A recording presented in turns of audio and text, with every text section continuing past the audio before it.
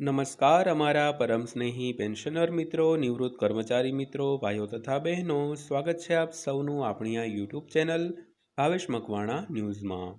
તો બધાને જય શ્રી કૃષ્ણ, જય માતાજી, હર હર મહાદેવ। તો પેન્શનર મિત્રો, આજની તારીખ 14/3/2026। તો આજ મોડી સાંજના પેન્શન સમાચારની અંદર આપણે વાત કરીશું।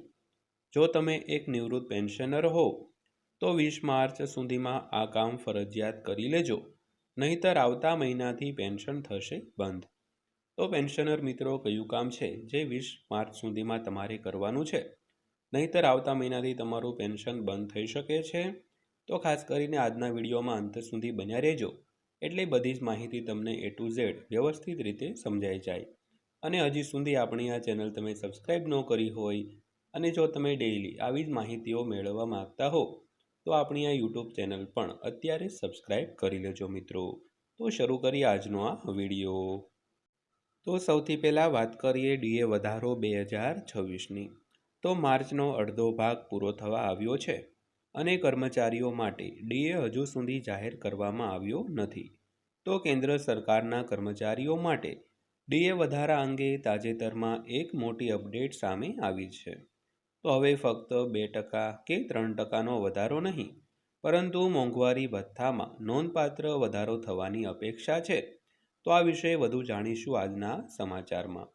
તો ખાસ કરીને જાન્યુઆરી 2026નો ડીએ જે માર્ચ મહિનામાં જાહેર કરવામાં આવતો હોય છે, પરંતુ હવે માર્ચ પણ અડધો પૂરો થઈ ગયો છે, પરંતુ હજુ સુધી ડીએ વધારાની જાહેરાત કરી નથી।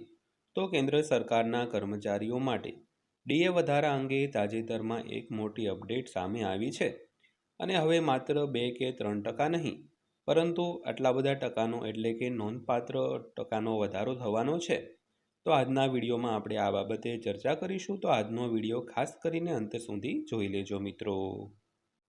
તો વાત કરીએ તો કર્મચારીઓમાં ડીએ વધારા અંગે ચર્ચાઓ તેજ થઈ ગઈ છે અને તેઓ જાન્યુઆરી ડીએ વધારા માટે આતુરતાથી રાહ જોઈ રહ્યા છે। તો આ દરમિયાન કર્મચારીઓ માટે સારા સમાચાર આવ્યા છે। તો કર્મચારીઓને હવે વધારાના 2% અથવા તો 3% મળવાની અપેક્ષા છે। તો ચાલો કર્મચારીઓ માટે ડીએમાં સંભવિત વધારાનું અન્વેષણ કરીએ મિત્રો। તો સૌથી પહેલાં વાત કરીએ તો કર્મચારીઓના ડીએ કેવી રીતે નક્કી થાય છે। તો સરકાર ડીએ નક્કી કરવા માટે AICPI-IW ઇન્ડેક્સનો ઉપયોગ કરે છે। તો નવેમ્બર 2025 માટે આ ઇન્ડેક્સ 148.2 પર આવ્યો, જે સ્પષ્ટપણે દર્શાવે છે કે જાન્યુઆરી 2026થી કર્મચારીઓ અને પેન્શનરોના ડીએમાં મોટો વધારો થવાની સંભાવના છે। તો આ આંકડાઓ અનુસાર કેન્દ્રીય કર્મચારીઓનું મોંઘવારી ભથ્થું લગભગ 60% સુધી પહોંચી ગયું છે। તો હાલમાં તે 59.93% છે, જેનો અર્થ એ છે કે તે 60%થી થોડું ઓછું છે। તો આવી સ્થિતિમાં ડિસેમ્બર 2025ના ઇન્ડેક્સ પછી તે હવે 60% સુધી પહોંચી ગયું છે મિત્રો। ત્યારબાદ વાત કરીએ તો કર્મચારીઓનો ડીએનો અંદાજ વિશે। તો માહિતી અનુસાર જાન્યુઆરી 2026થી મોંઘવારી ભથ્થું 58%થી વધીને 60% થઈ શકે છે। તો આનો અર્થ એ છે કે કર્મચારીઓ અને પેન્શનરોને વધારાના 2% ભથ્થું મળશે। જોકે કેટલાક કર્મચારીઓનો અંદાજ છે કે ડીએ 5% સુધી વધી શકે છે। તો કર્મચારી સંગઠનો અનુસાર ડિસેમ્બર 2025ના ફુગાવાના ડેટાને આધારે ડીએ 61થી 63% સુધી પહોંચી શકે છે મિત્રો।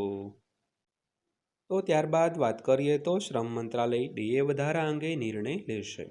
તો AICPI-IWના પ્રમુખ કહે છે કે ડિસેમ્બરના આંકડા જાહેર થયા પછી તેમાં 3થી 5%નો વધારો થઈ શકે છે। તો ગણતરી મુજબ ડિસેમ્બર ઇન્ડેક્સ 146થી 147ની વચ્ચે છે, તેથી કામદારો માટે ડીએ 61% અથવા તો 63% સુધી પહોંચી શકે છે।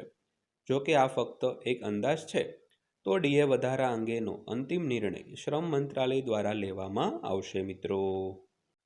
તો ત્યારબાદ અંતમાં જોઈએ તો આનાથી પગાર પર અસર પડશે। તો ડીએ વધારાથી કર્મચારીઓના પગાર પર અસર પડશે। ઉદાહરણ તરીકે, જો કોઈ કર્મચારીનો મૂળ પગાર 25,000 રૂપિયા છે અને હાલમાં તેમને 58% ડીએ મળી રહ્યો છે, તો તે કર્મચારીઓનો કુલ પગાર આશરે 39,500 રૂપિયા થાય છે. જો જાન્યુઆરી 2026થી ડીએ 60% સુધી વધે છે તો કર્મચારીનો પગાર 40,000 રૂપિયા થઈ જશે. તો તે જ સમયે ડીએ 62% હોય તો પગાર 40,500 રૂપિયા થઈ જશે અને 65% ડીએ પર કર્મચારીઓનો પગાર 41,250 રૂપિયા થઈ જશે. એટલે કે જો જોવામાં આવે તો કર્મચારીઓના ડીએમાં વધારાથી દર મહિને 500 રૂપિયાથી 1,750 રૂપિયાનો વધારો થશે મિત્રો. તો મિત્રો આ હતી આજની માહિતી પસંદ આવી હોય, વિડીયો સારો લાગ્યો હોય તો વિડીયોને એક લાઇક કરજો અને આવી જ માહિતીઓ મેળવવા માટે આપણી આ ચેનલ સબસ્ક્રાઈબ કરી લેજો. તો ફરીવાર પાછા મળીશું એક નવા વિડીયો સાથે, નવી માહિતી સાથે. ત્યાં સુધી સૌને જય હિન્દ, વંદે માતરમ.